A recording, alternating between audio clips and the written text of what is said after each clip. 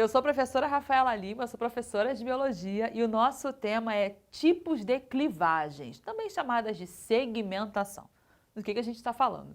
A gente está falando de um processo de sucessivas divisões que ocorrem naquela célula inicial, no ovo ou zigoto, fruto da fecundação, do encontro do espermatozoide com o óvulo. Essa célula inicial, a célula ovo, ela vai passar por uma série de divisões, então de uma ela vai para 2, vai para 4, vai para 8, 16, vai multiplicando o número de células, vai se diferenciando até se tornar um embrião, um feto e depois um filhotinho, né?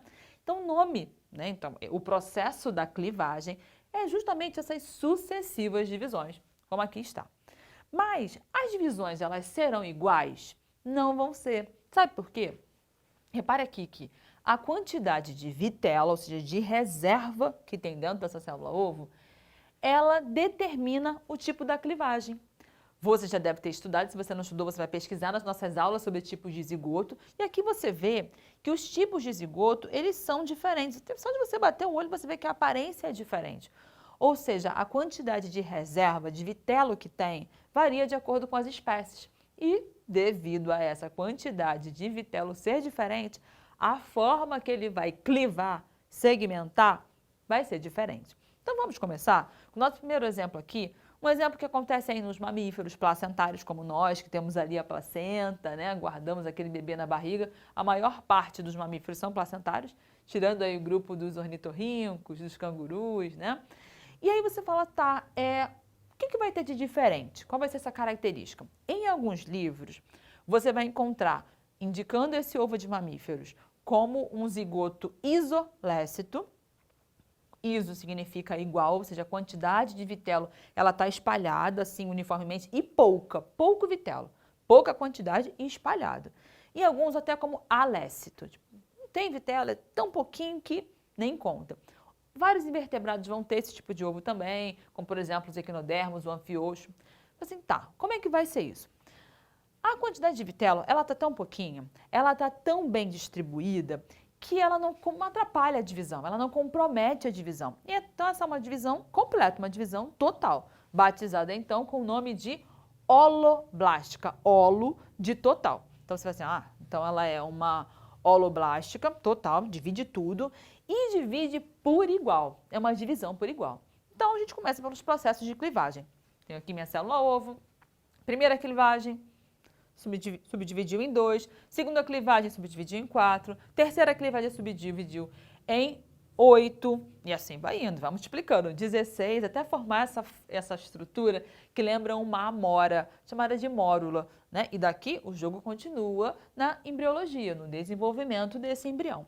Mas o marcante para a gente é que você vê que a clivagem ela é total e as estruturas, os chamados blastômeros, cada célulazinha dessa nova aqui, a gente chama de blastômero, que é uma célula indiferenciada. Ela ainda não é exatamente uma parte determinada de um corpo. Ela ainda vai se especializar lá para frente. Esses blastômeros, então, eles estão iguaizinhos aí aqui no nosso desenho, né? Assim, mais ou menos igual. Mas passando essa ideia, então, de uma divisão total e igual. Por quê? Porque tem pouco vitelo. O vitelo está tão espalhadinho ali que é tranquilo dividir. E aí a gente chega no grupo dos anfíbios, por exemplo, aí para vocês, de alguns peixes ósseos também, o tipo de zigoto, repara, que tem bem mais vitelo, né? E esse vitelo, ele acaba ficando assim uma coisa meio a meio. Metade daquele ovo é vitelo, é reserva, e na outra metade tem o citoplasma, tem ali o núcleo. Então a gente fala que ele é um ovo mesolécito, metade, ou até mediolécito. Então tem aí bastante vitelo, mas não muitão, né? Metade, metade. E o que informo para você, caso você não lembre? A porção onde tem muito vitelo, ela é mais difícil de se dividir. É uma porção ali que tem um metabolismo mais lento, então a divisão ela vai ser mais difícil para ocorrer. Então nessa brincadeira, altera a forma que vai segmentar. Então essa porção superior aqui, onde tem o núcleo e as organelas, a gente chama de polo animal, porque eu acabei formando dois polos aqui, né? E essa porção onde tem mais vitelo, polo vegetal, que é vegetativo ali. Então, polo animal, polo vegetal. Como é que vai ser essa divisão? Vamos olhar.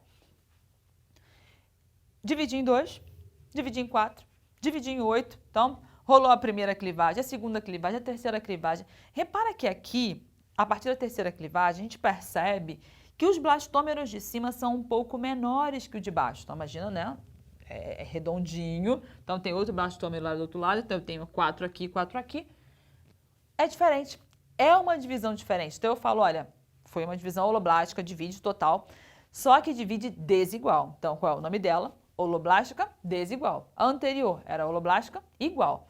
Essas porções a gente chama, então, esses blastômeros menores de micrômeros, micrômeros, e esses que são maiores de macrômeros. E continua as subdivisões, chega na fase da mórula e vai dando prosseguimento. Então, você olha e vê que está diferente. Pergunto para você, por que foi desigual? Por conta que a quantidade de vitelo ali na metade da célula promoveu, então, essa diversidade nessa segmentação. E a gente avança, então aqui anfíbios têm esse tipo de divisão, peixes, por exemplo, peixes ósseos. E a gente chega, então, na galera que bota ovo, aí nos répteis, nas aves e também, por exemplo, nos peixes cartilaginosos, tipo tubarão, raia, alguns deles. O ovo deles é um zigoto megalécito. Tem vitelo pra caramba, porque essa galera bota ovo. Esse bebê precisa de muito nutriente ali, então é megalécito, né? A maior parte dele é vitelo e só a porção superior é que tem, de fato, ali a célula e as organelas. E qual o diferencial? Aqui, no tipo de ovo megalécito, esse vitelo ele não vai sofrer divisão, ele acaba que vai ser consumido por esses embriões aí. Então, é uma divisão que ela acontece só na parte de cima, não acontece na parte de baixo. E aí a gente bota aqui uma vista, a segmentação vista de cima, né? Tá aqui essa bolinha, tá vendo ela de frente, agora imagina tá vendo ela de cima. Só ali em cima é que vai segmentar. Ó, só lá em cima vai, pá, primeira clivagem, 2, 4, 8.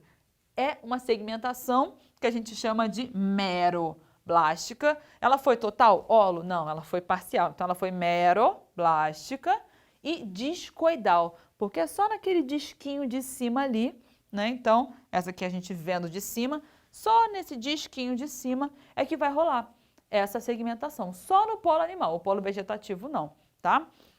E a gente vai então essa é a meroblástica, tá? E a gente vai então para a galera, o grupo aí dos artrópodes, a galera que tem patas articuladas, inseto, aracnídeo, crustáceo, grupo das lacraias. O tipo desse ovo, tipo desse zigoto, é um zigoto centrolécito. Repare você que o vitelo ele vai crescendo ao redor do núcleo. E aí a porção citoplasmática ela está externa. Então, olha como vai ser essa divisão. Eu falo que ela é meroblástica, não vai ser total. Ela é mero também, like this, então similar a essa aqui. Porém, eu falo que ela é uma meroblástica superficial. Por quê? Essa segmentação ela vai acontecer nesse núcleo. E aí esse núcleo, então, ele vai migrar para essa parte da superfície e aí, então, a gente observa a segmentação só na parte superficial desse embrião. Entendidas as diferenças, então você lembrando e conhecendo os tipos de zigoto, você vai entendendo então os tipos de segmentação. Quais as possibilidades?